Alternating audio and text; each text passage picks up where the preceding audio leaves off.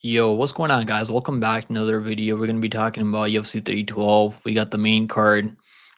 Absolutely terrible main card. I mean, like, the title fights are okay. I mean, but let's talk about this main card. Jimmy fucking Crute on the main card in 2025. Like, what is going on, UFC? Justin Tafa. I mean, that's not a bad matchup on the main card. I get it. I mean, they're both heavyweights, so someone's probably going to get knocked out in this fight. But still, I mean, Tosin Cheryl's making his UFC debut on a pay-per-view main card. Like, really, UFC? Really? There's only like four fighters that are ranked in the top 15 in on this card. And what's crazy is two of them are UFC champions. Like, Dricus Du Plessis is one of them. Really's one of them. Strickland's one of them. Tatiana Suarez is one of them. There's no other fighters on this card that are ranked anywhere close to the top 15. And that's pretty embarrassing if you ask me when it comes to putting a pay-per-view card together. But yeah, I'm not saying these fights are gonna be boring. They could be fun. But yeah, just the name value isn't really there on this card. And we're still gonna watch it. I mean, I'm still gonna be live for this card probably next week. So make sure you guys come and hang out with your boy next week. But yeah, let me give you guys my quick picks on this card. So this card's not terrible. I mean, there's some fun matches on this card, honestly, but just the name value is just not there on the prelims, especially. First fight on the card is Hansen Park taking on a Nemjergo Tumendemberel. So Hansen Park is mostly a striker, but he can grapple pretty well. I think he's the better fighter in this matchup against Nemjergo, who's mostly a grappler that can throw some crazy stuff out there, maybe catch you lacking with a knee up the middle. He'll throw some flying knees and stuff like that. He's kind of wild card because he really can predict what he's gonna throw at you next. But like, I don't think his game is as complete as Park. I think Park has the striking edge here. He's also going to be the better grappler, and his cardio is okay.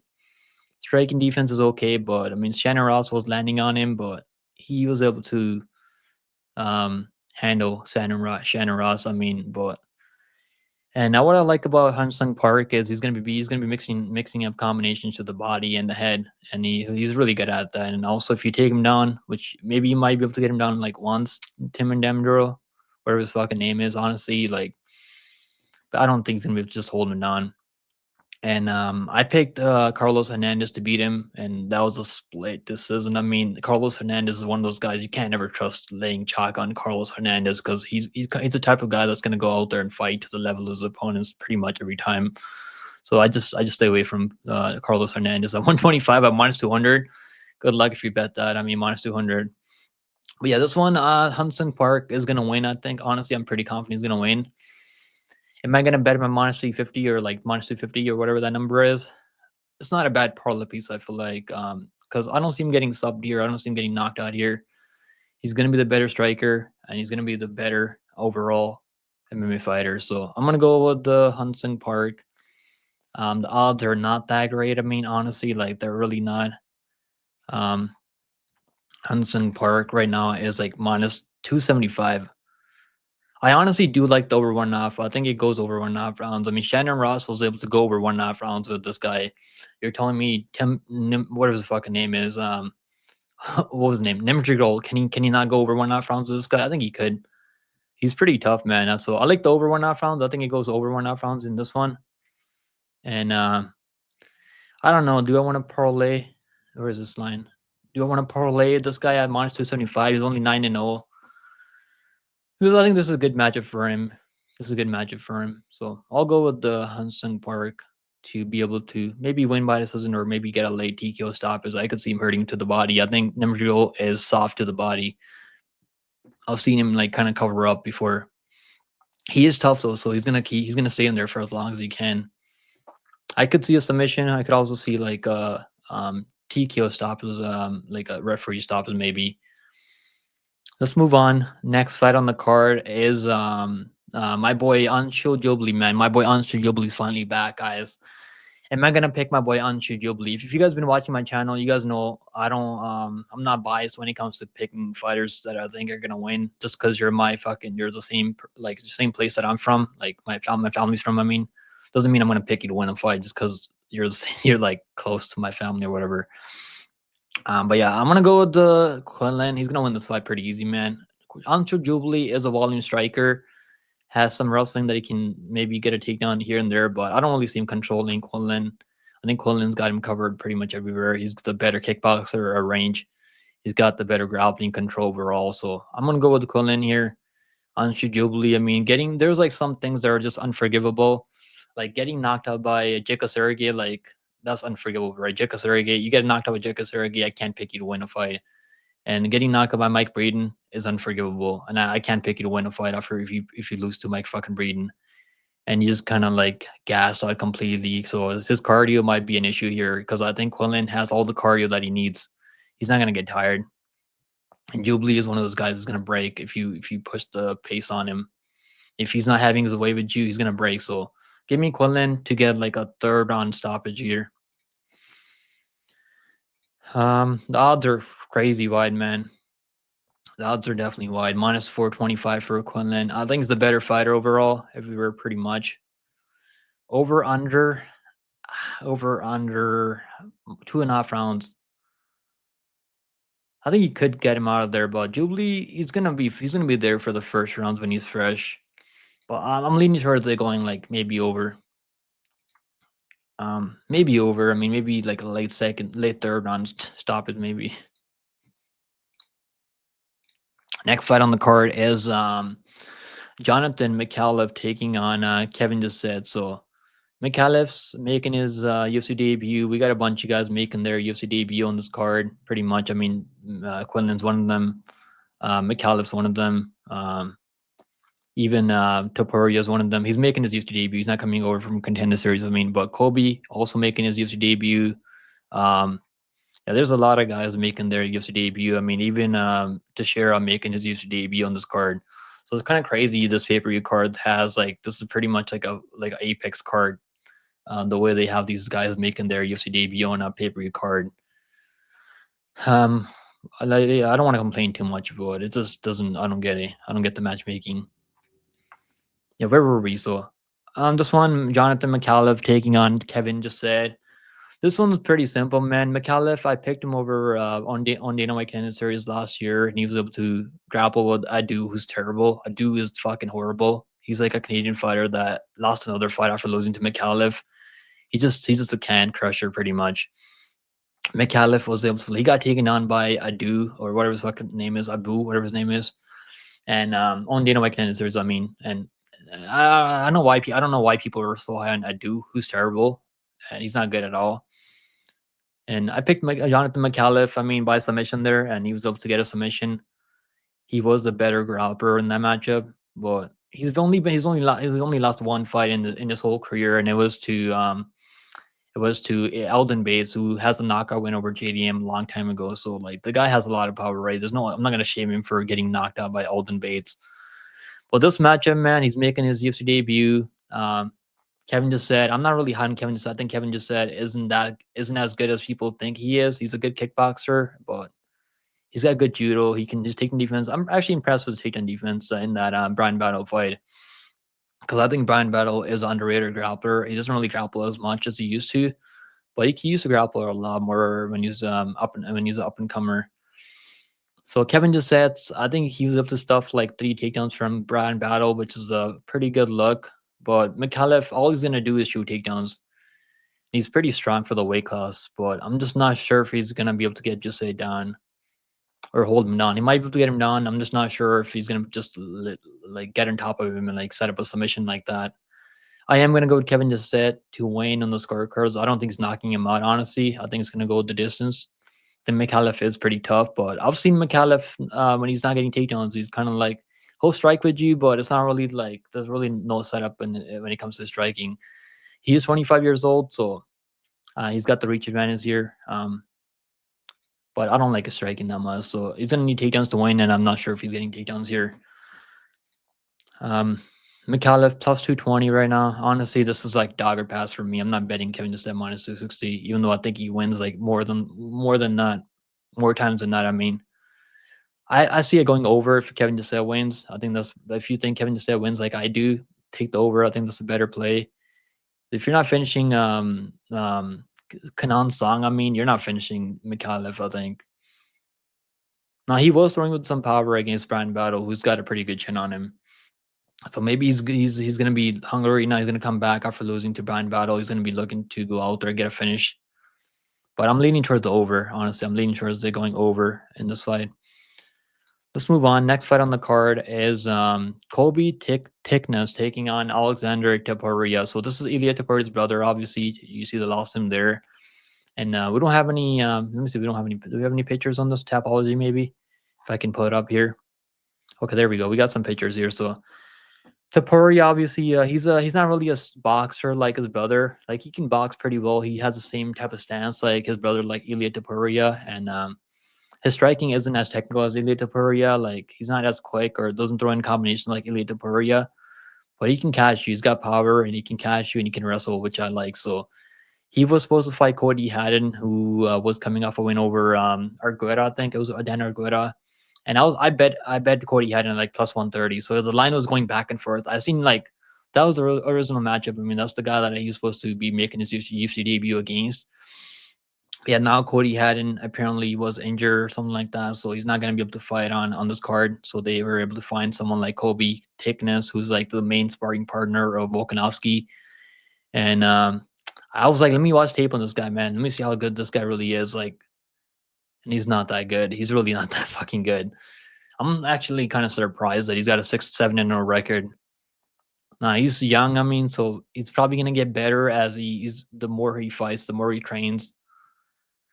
But he's too hittable, man. He's taking defense is non-existent, and I just don't know how he's gonna win this fight. Like he's gonna have to like hope that he can survive the early storm from Topuria, and then maybe survive and later, and maybe just win by like a close decision, maybe.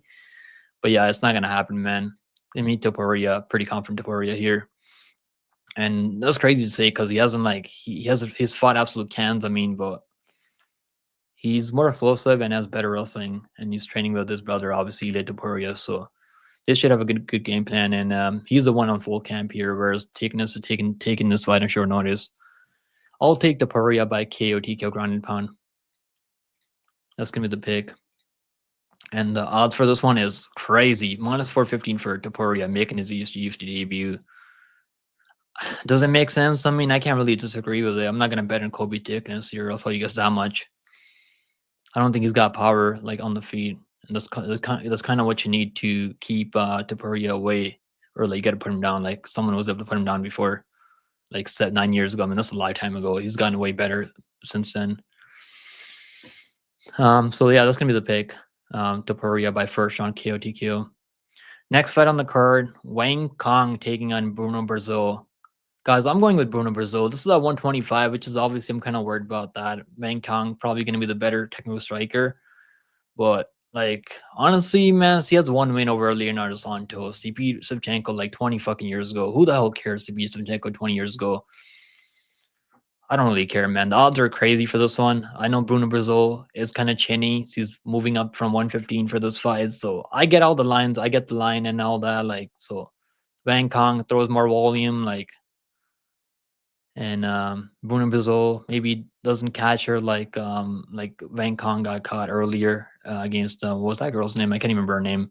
That girl doesn't have any KO or finishes before that fight against Wang Kong. And that's never a good sign. And she's kind of showing off in that fight because he's doing pretty well, and she kind of like lost focus in that fight. Whereas Bruno Brasil, I mean, I know she's been KO'd by Denise Gomes at 115. I think it was down at 115 or like maybe 125. I can't remember. But yeah, I think that was a 115, and she was landing on Denise Gomes, man. She's actually landing power punches on Denise Gomes. Like it just Denise Gomes has way more power than Bruno Brasil. That might be the case here, but honestly, man, like Wang Kong, I'm really not sold on Wang Kong. I really not. Like I didn't bet on her against what was that girl's name? Let me see if I can find her name.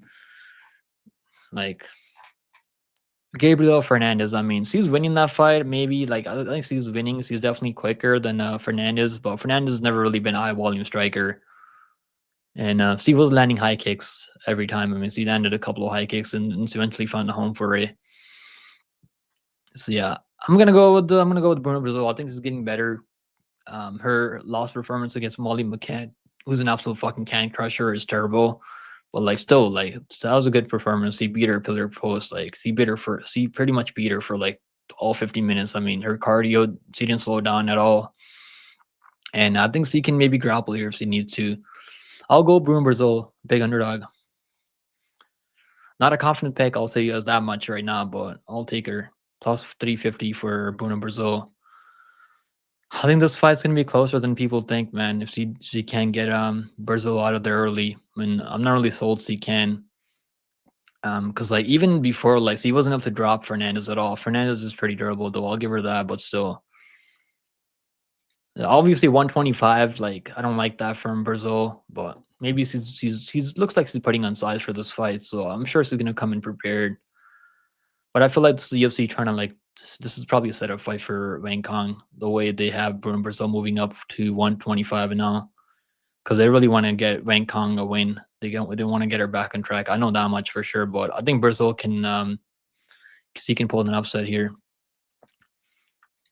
The odds for this one is Brazil plus 850. I might actually like end up betting on her. Like these odds are crazy for fucking Brazil. Because like obviously there's a chance he gets knocked out early, but if that doesn't happen, I mean, we've seen also Wang Kong can be finished on the ground. She can be clipped on the feet and she also can be submitted. I mean, she wasn't able to recover at all. And that's never a good sign. Yeah, I could see Brazil landing kicks to the body and stuff like that. Like she's hurting Molly McCann to the body. The only problem Bruno Brazil is the volume. She doesn't throw enough volume for my liking. That's my only like issue with her. Cause like Wang Kong throws more volume, like 100%. But yeah, Brazil has like she's been in the UFC for longer than Wang Kong, so she's fought the better opponents in the UFC. So I'll give her that. I mean, I'll go with Bruno Brazil here. Next fight on the card is Tom Nolan taking on Vyacheslav Borshchev. Man, this one is gonna be a fun matchup. I don't think it's gonna go over 1.5 rounds. Honestly, I think we're gonna see a first round KO either way. Now, Tom Nolan is kind of chinny. So is Borshchev. They're both kind of chinny. Borshchev was getting close to being. I think he got dropped with a high kick from Nazim Sadikov. He was really tough though. Borshchev is really fucking tough. I'll give him that. He's tough as anyone I've seen. Took an absolute beating from Chase Hooper. Wasn't trying to look for the door at all. He was still in there fighting.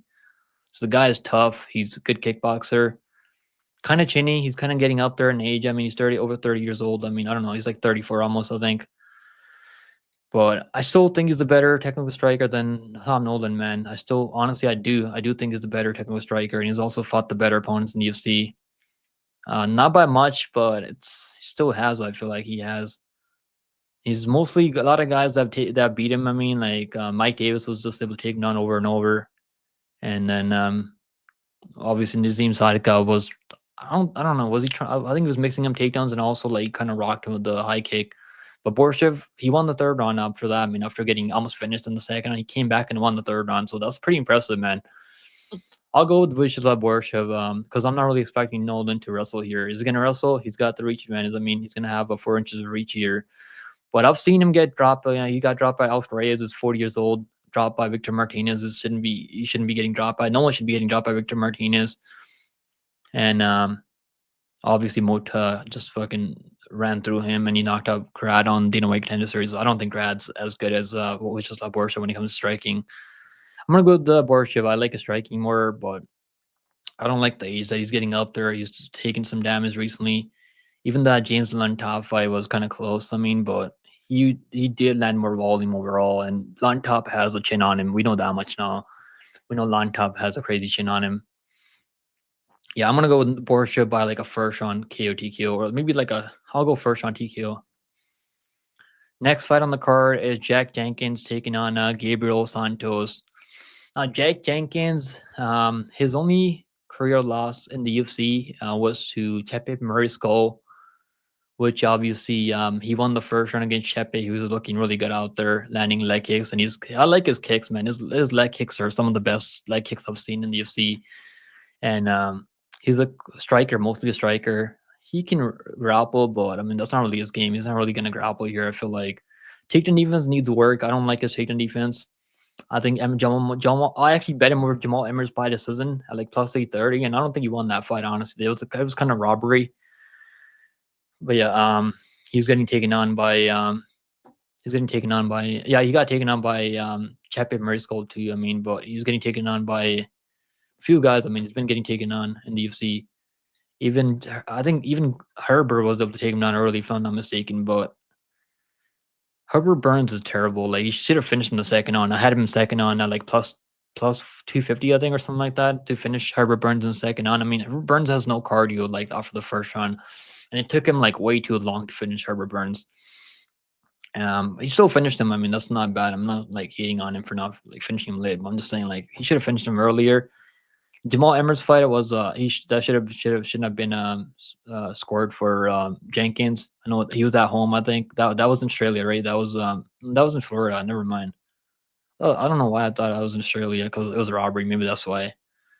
He beat Herbert Burns and he beat fucking Don Shanius. Like, bro, this guy's like he's beat no one fucking good, bro. Like he hasn't beat anyone that's good in the UFC.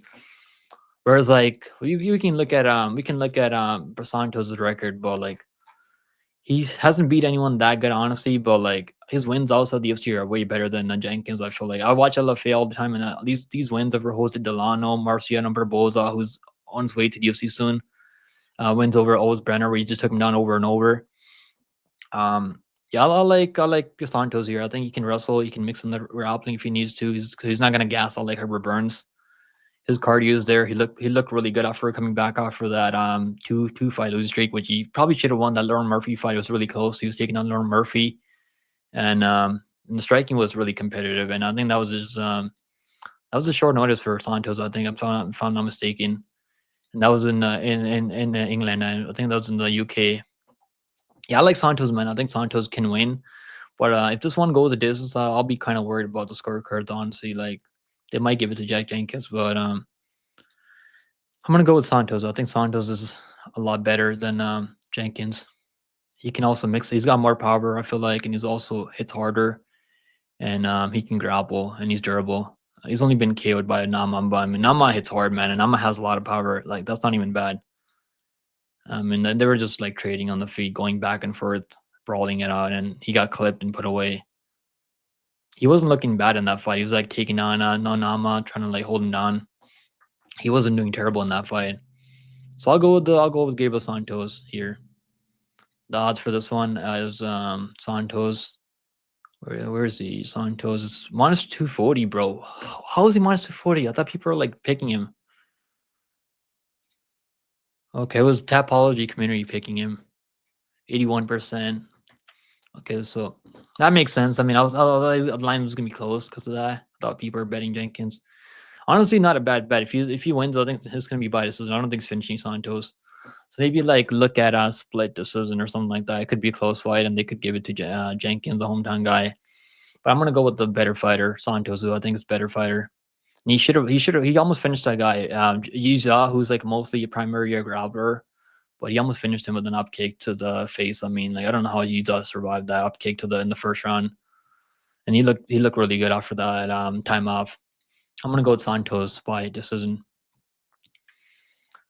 Next fight on the card is where was I? Okay, next fight on the card is Jake Matthews taking on Francisco Prado. And Jake Matthews, man, we picked him over Phil Rowe. I know Phil Rowe was like the favorite public underdog that week, and he's terrible. He's got the worst fight. He probably could have beat Jake Matthews. Honestly, if I'm being honest with you guys, he should have beat him. I mean, I don't know, like he's so dumb, bro. Like he's honestly one of the dumbest fighters I've seen on the UFC roster. Like Phil Rowe is like one of those guys you never want to trust with your money. And I was telling people all week. He won the first round, then Phil Rowe just kind of gassed out later. He was getting taken on, trying to like wrestle Jake Matthews offensively. I mean, whereas Prado, like he's only 22 years old. He came into the UFC at 20 years old, made his UFC debut against Malarkey at 20 years old. Man, that's not an easy debut at 20 years old. Then obviously they gave him a good matchup against Jaritar, who's a fraud. He knocked him out in the first one like he should have, and he was able to do that. Then they gave him Joe Huber, who had like over 10-inch reach advantage over him. Crazy, right? 10-inch reach advantage. And that was a fight of the night. I mean, he went for it. He wasn't discouraged at all. He was getting outstruck at range, getting picked apart, and he still was in there exchanging with Joe Huber. I'm gonna go Prado. I think Prado is a live underdog here. I honestly do. Jake Matthews is okay. I mean, he's not bad, but I still remember him getting dropped by fucking Semmelberger every round pretty much. And he's a guy that can beat some of these up and coming guys. Like, but I think Prado, like if he really is like committed to the fight game right now fully, like he's really invested in the fight game, which I think he is. I think we're gonna see improvements from Prado, whereas Matthews is gonna be able to be as good as he has already is. I don't think he's getting better at this point. He's been in UFC for like 10 years almost, Jake Matthews, or like 5-7 years almost now. And I think he used to fight at Ryzen. Yeah, Jake Matthews used to fight at Ryzen before also. So I've been watching his career for a long time. And he might have the wrestling edge here, maybe grappling edge. You can take him down, hold him down, maybe. But if you can't do that, man, the striking is going to be close, I feel like. And I'm going to go with the guy that's going to be willing to stay in the pocket and throw down. So I'll go Prado here. I know he's underdog. Prado right now is plus 180 underdog. So give me Prado to win and win by. Does he get the KO? I'll say KO. I mean, I don't know if he's going to get the KO. Matthews is pretty tough to put away. Like, he got dropped by Summelsberger pretty much every round. Like, he kept getting back up over and over. So it could be one of those fights that goes a distance, and then we see Prado maybe winning by a split decision if he hurts him a couple of times. Or maybe Jake Matthews goes out there and like his experience takes over, because he's got like over like 15 fights in UFC. So obviously he's the more experienced guy here. I understand the odds. And he's also fighting at home.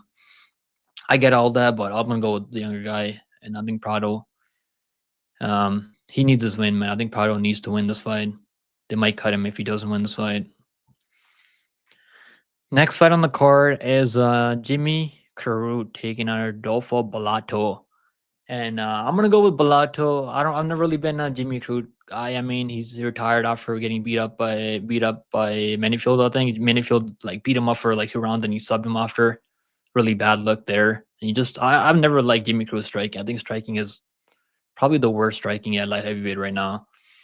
Adolfo Bellato is another guy that's like, I'm not really good. I don't think he's that good. He's pretty fucking bad. He's getting beat up by like this dude right here. What's his name? I can't even remember his name right now. He's getting beat up by Ida Porteria, like for the first. He almost got finished by Ida Porteria. So like, fuck, man, that's never a good sign of getting finished by Ida Porteria almost in the first round. And you kind of have to wait for Porteria to gas out. I mean, and that's the way he wins fights, right? He kind of waits for you to like unload and then get tired, and then he'll take over like later. So that's the way he wins fights. I mean, that's the way he's been winning fights. Even on Dana White Contender Series, like he was waiting for that guy to get tired, because he's pretty tough, man. That's all. We gotta give him that. He's tougher than Jimmy Crute, that's for sure. He's been knocked out by Vito Petrino. He actually dropped Vito Petrino on Dana White Contender Series in the first round, so he's got power too. I mean, he's been working on the boxing now, and Jimmy Crute is probably the more talented guy. He's gonna have the wrestling edge here. Maybe you can control him and hold him down, maybe get a submission, but I don't think so, man. I think Bellato is too fucking tough, and he's gonna be there. He's too gritty. And he's one of those guys that's he's gonna be able to take damage, and I don't think Jimmy Crute can take damage like him. I'm gonna go with the more durable guy, the guy that has a better cardio than Jimmy Crute. Jimmy Crute doesn't have momentum right now. Rodolfo Bellato has momentum right now. But this is a step up for Bellato. He's not fighting like Libertaria or Tala or any of these guys. I mean, this is a huge step up for Bellato. And I think he can get this one done. I'm gonna go like a second on TKO for Bellato. The odds for this one, let's see what the odds are for this one. I think they're close. And it makes sense. I mean, they should be close because Bellato, he's tough and he's durable, but like it's really not that great. Bellato, minus 120, 145, over 1.5 rounds, minus 160. I honestly think it goes over 1.5 rounds, but I don't know if I'm willing to play that. I don't know. Jimmy Crute, he might look really good out there. He might look terrible out there. You never know with these guys coming back after a layoff after they retired. Because he retired. He said he wasn't going to fight again. He's had like over almost 1.5 years off now. So all that time, he's probably been thinking about trying to get back in there. I honestly hope he does good. I honestly hope he looks good out there, but I'm just going to go with the more durable guy. Bellato has been competing recently, even though I don't think he's that good. I think he's going to get fraud checked real soon. Next fight on the card is going to be Tullis and Teixeira taking on Justin Tafa. This one's gonna be fun, guys. This one's gonna be a fun matchup. I mean, for sure. Tafa welcoming Teixeira to the UFC. Teixeira making his UFC debut here. We've been watching. I mean, if you guys watch my channel, I mean, what you guys are watching my channel, you guys probably know. Like, we cover LFA on my channel. Like, I don't cover it every week, but like I bet on LFA and stuff like that. So I knew who Teixeira is. I bet on the under one out front a few times in the last 3 fights. I think I cast under one out front every time on Teixeira.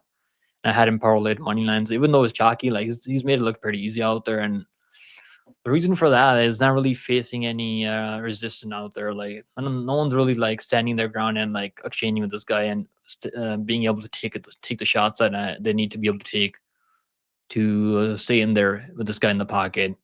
Because he has a crazy reach advantage. I mean, 80 inch reach is crazy against Tafa, who's 74 inch reach. But Teixeira is pretty hittable though. Like, so Tafa's gonna have opportunities to clip him early. But I feel like Teixeira is going to be faster than Tafa, and he's gonna find the range quicker, and he's got the kicks also. He can throw kicks, and he can also mix in takedowns if he needs to, which really isn't his game. But if why not just take this guy down and fucking ground and pound him? Because that'd be the easiest thing to do, right? Tafa brothers are they can't grapple. We know that much. I mean, we known that for a while. Junior Tafa can't really grapple. Justin Tafa can't really grapple, and I can see Teixeira frustrating him, and then just catching with jabs over and over, hurting him from range, and Tafa trying to swing a big over and right. Maybe he lands, maybe he puts him away, maybe knocks him out cold. Teixeira is pretty hittable, but his chin seems to be okay so far.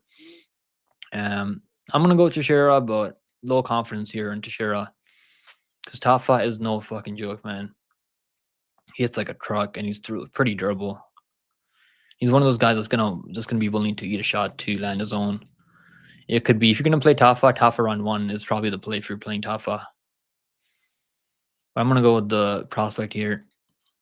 I think Teixeira is a pretty good prospect, but he's just got to be careful, man, because this is a guy that you don't want to get hit by Tafa. Next fight on the card is the co-main event, guys. Make sure you guys like and subscribe. I'm here. I was live all day for like, not all day. I was live till like 2 o'clock or like 3 o'clock for UFC in the morning, from like 9 o'clock in the morning. So I push a lot of content on my channel. Like, I try to get as much content as I can. If you guys appreciate that, make sure you guys like and subscribe. I'm trying to get to 3K subscribers soon. Hopefully we can get there soon. Appreciate all you guys again. And now let's break down this fight. Now we got Zhang Weili taking on Tatiana Suarez. So Tatiana Suarez is a girl that I've been high on for the past few years. She just had a lot of injuries and hasn't really been able to compete like Weili's been competing out there. This fight is even money pretty much for Weili's like -115, Tatiana Suarez like -105. The odds are closing in right now. And it makes sense, right? Weili can be taken down. Tatiana Suarez has a path to victory with her grappling. She's probably the best grappler that Weili has fought so far. I'm willing to say that. I think Tatiana Suarez, when it comes to pure grappling, Tatiana Suarez is the dominant grappler. Well, that's pretty much all she is. I mean, striking is non-existent. Doesn't like, I don't really see her strike that much out there. She doesn't really feel comfortable striking much. Really, she has some power, but like, it's not really like one punch power. She can hit you with a spinning back fist or knees in the clinch and stuff like that, which she is really good at. And if Tatiana Suarez is able to get takedowns here and consistently, she's probably gonna win the fight. But if she can't get takedowns and hold on Weili's gonna be getting back up, and she can maybe outstrike Suarez, right? Like, maybe she can outstrike Suarez because he throws more volume. But Suarez I feel like she's gonna be able to get takedowns here. The only like problem is, can she get the submission off? Because she doesn't get the submission, she's trying to look for a submission. I could see her gassing out in this fight, and she hasn't fought in like over a year. I'm still gonna go Tatiana Suarez. I think she's the real deal. Ever since I heard about this matchup, I've been picking Tatiana Suarez to win by submission. And I think she could. I honestly think she could do it. Now, is she gonna do it? I mean, it could go the distance. Honestly, it could go the distance. I could see Suarez just taking her down over and over, holding her down, then Weili having success and getting taken down again. I'm just not sure about Suarez's cardio. Like, what kind of cardio is he gonna have for 5 rounds? I don't think I've seen her for five rounds before. I don't think she's ever fought 5 rounds before, right? Has she? Against Andrade, that was only 3 rounds. And that was only 3 rounds. Yeah, that was only 3 rounds.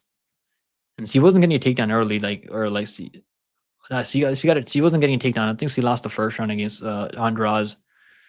Yeah, she lost the first round against Andrade. She was getting outstruck by Andrade, and once he was up to get takedowns, it was pretty much over from there. Now, Bailey has better grappling than Andrade. I'll say that much right now. I mean, she's definitely way better. But I feel like she wasn't getting taken on before. Now she's like giving up more takedowns and control. And she's getting controlled on the mat by Yan Xiaonan, who's mostly just a primary striker, not really known for grappling. If Suarez is 100%, if she doesn't have the ring rust coming into this fight, she should probably win this fight stylistically, but you can never be confident, man. At -115, like -105 or whatever the number is for Suarez, like even money against a dominant champion like Bailey, I don't know. It's gonna be hard to bet against Bailey. But who I think is gonna win, I think Suarez can win this fight. And the odds for this one are Tatiana Suarez, even money right now for Suarez and Bailey. Normally you want to take the champion at, if she's plus money, like take the champion at plus money, but I think Suarez has a style to beat her. Next fight on the card is going to be Dracus du Plessis taking on Sean Strickland. So I was looking for a reason to pick Strickland, and the only reason I'm not going to do it because I don't think he's got the stopping power to stop du Plessis forward pressure. He can probably like keep him at bay with jabs, but like he can only do that for so long. Eventually, DDP is going to be able to land power shots like he was able to do in the first fight. The first fight was extremely close. I mean, he's only lost to DDP recently. He hasn't lost anyone recently. He lost to Poetan, obviously, but like other than that, like he should have beat Cannonier. That was a robbery. He should have. That du Plessis fight was close. I mean, I could have seen it going either way. And Strickland, he fought. I think he fought Costa. Yeah, after he fought Costa, and he just doesn't have any finishing upside. I mean, like that's my only problem with Strickland. Can he win this on the scorecards? I mean, maybe, right? Maybe you can win those scorecards. Is he gonna be able to defend all takedowns? His get up game is pretty good. I mean, but we've seen him get taken on. He got taken on by Abu Smagomedov in the first round. Gave away his back to Abu Smagomedov, and he got taken on by du Plessis. Normally, his takedown defense is pretty solid, but he can be taken on if you really time your takedowns well on Strickland. He's not easy to hold down or like submit though, so that's probably going to be the hard part to submitting Strickland. DDP, I know he wants to finish him, but he's gonna have to like hurt him with some punches. Maybe hurt him early, maybe club and sub. That's the way I can see du Plessis finishing him. Or I could also see him like landing a power shot and hurting Strickland. We've seen him knocked out before. It could happen again. But yeah, I'm gonna go du Plessis. I've been behind du Plessis. I've never picked against du Plessis in the UFC. Picked him over Whitaker as a plus 300 underdog. Picked him over Izzy as an underdog. Picked him over. I mean, who else did I pick him over? Strickland as an underdog. I mean, so we've been betting DDP, and I'm not gonna fade him here. I mean, is there value in Strickland? I think there is value in Strickland at plus 180. But who do I think is gonna win the fight more than likely? I think it's gonna be DDP, and I see him winning on the. I think he can finish him honestly. I don't know. I think DDP can finish him. He's got it in him to finish this guy, Strickland. I think he's gonna go for the finish here. No, he's gonna go out there like he's gonna be able to finish him. I don't know, but I know he's gonna go for. Yeah, I have a feeling that he's not gonna leave any questions out there this time. Even if he doesn't finish him, I think he's gonna be able to do enough, land enough volume, do enough damage, and now like he's got all this momentum right now. Like he's a champion right now. He's training hard, and he's probably gonna cook him at the press conference too. So I think DDP's got this in the bag, and pretty confident DDP here. Let's go over my picks again, guys. So DDP, I'm picking DDP, Suarez, Chira, Bellato, Prado. I'm picking Santos, Borshchev, Brasil, Topuria, Jousset, Quillen, and I'm picking Tumendemberel. So those are my picks, guys. Hopefully you guys enjoyed my quick picks video, and I'll see you guys in the next one, guys. Hopefully you guys have a good week. Later, guys.